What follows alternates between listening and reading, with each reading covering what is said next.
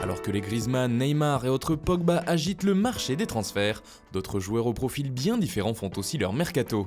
Sans club et donc sans contrat, l'été est souvent plus délicat pour eux, mais l'UNFP est là pour les accompagner. Car depuis 30 ans, l'Union nationale des footballeurs professionnels organise un stage d'été pour aider les joueurs en rupture de contrat à se trouver un nouveau point de chute pour la saison à venir. Pour ce faire, l'UNFP-FC s'est structuré au fil des années, devenant pratiquement un club à part entière.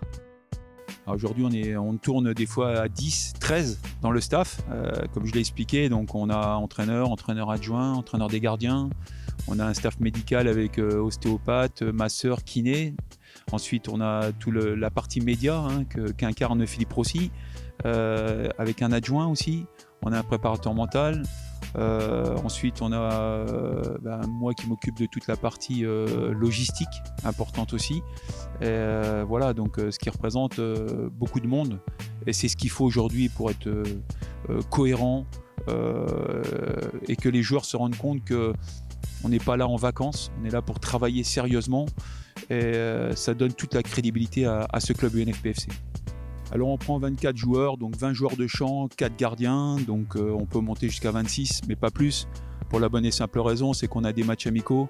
On essaye de faire jouer au moins les joueurs une mi-temps. Donc si on calcule bien, ça fait 20 joueurs qui disputent tous au moins une mi-temps et 4 gardiens et on alterne. Je trouve que finalement c'est la meilleure des choses parce que ça nous permet déjà de retrouver un groupe, des entraînements collectifs. Il y a des matchs et il n'y a rien qui remplace les matchs, quoi.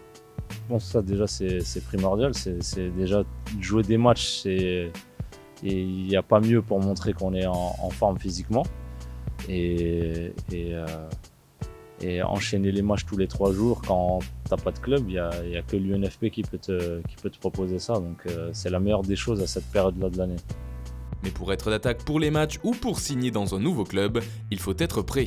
Et à l'UNFP-FC aussi, les joueurs doivent faire une vraie préparation physique, le tout dans un temps record. On est aussi bien que dans un club professionnel, même comme vous dites, peut-être même mieux à des moments donnés, mais ce qu'il faut faire, c'est arriver à créer cette osmose très rapidement, à la différence quand on est dans un club. Parce que dans un club, quand on arrive en début de saison, on a 5, 6, 7 semaines de préparation.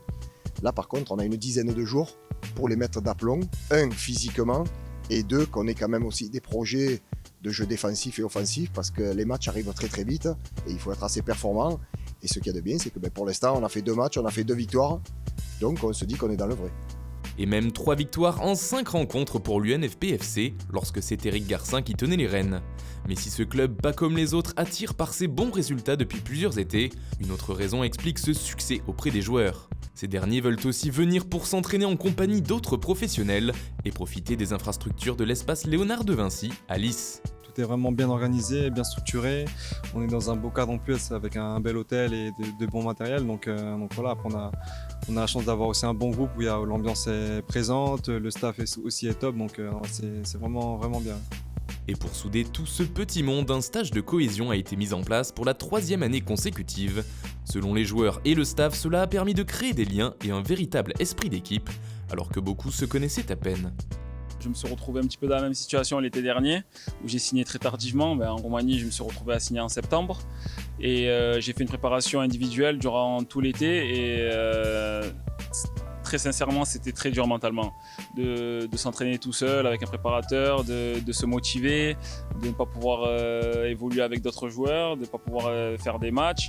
Donc toutes ces choses-là me manquaient énormément. Et donc là, cette année, j'avais l'occasion de le faire et j'ai saisi l'occasion.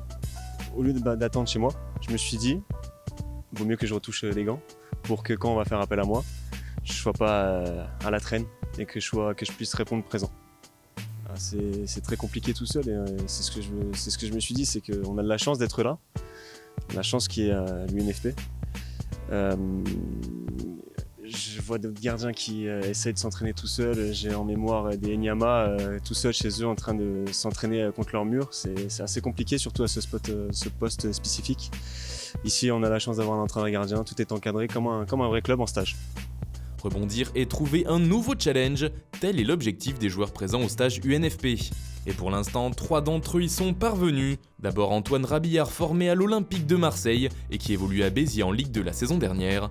Il s'est engagé pour 2 ans avec le club néerlandais des Go Ahead Eagles, qui évolue en 2e division. Jérémy Cordoval, qui jouait à 3 en Ligue 2, a signé un contrat de 3 ans avec la Berrichonne de Châteauroux. Dorian Lévesque, lui, s'est engagé avec Le Mans qui remonte en Ligue 2 cette saison. D'autres joueurs pourraient eux aussi vite rebondir, comme Maxime de Tadeo à l'essai avec Créteil, ou encore Moussa Bana parti lui faire un essai en Allemagne.